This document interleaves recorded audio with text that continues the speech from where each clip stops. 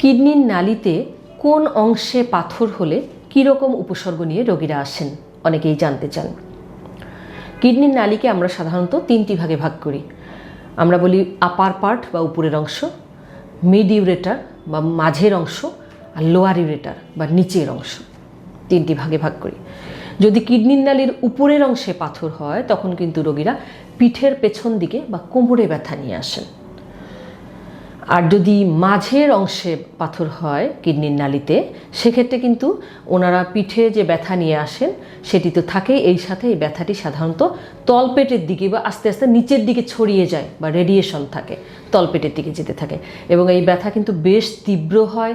রোগীরা অনেক সময় বমি করে ফেলেন বা বমি বমি ভাব নিয়ে আসে, কিছু কিছু ক্ষেত্রে জ্বরও থাকতে পারে।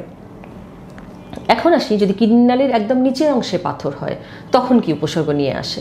সেক্ষেত্রে কিন্তু তলপেটে যে সাইডে হবে সেই সাইডে ব্যথা নিয়ে আসে। এই ব্যথাও তীব্র ব্যথা থাকে, আমরা বলি যে কোলিকি পেইন বলি এক ধরনের।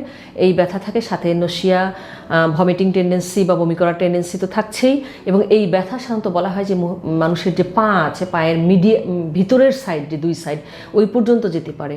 পুরুষের ক্ষেত্রে বলা হয় যে এটি লিঙ্গের অগ্রভাগ বা প্রস্রাবের রাস্তার মুখ পর্যন্ত এই ব্যথা রেডিয়েশন হয়ে যেতে পারে।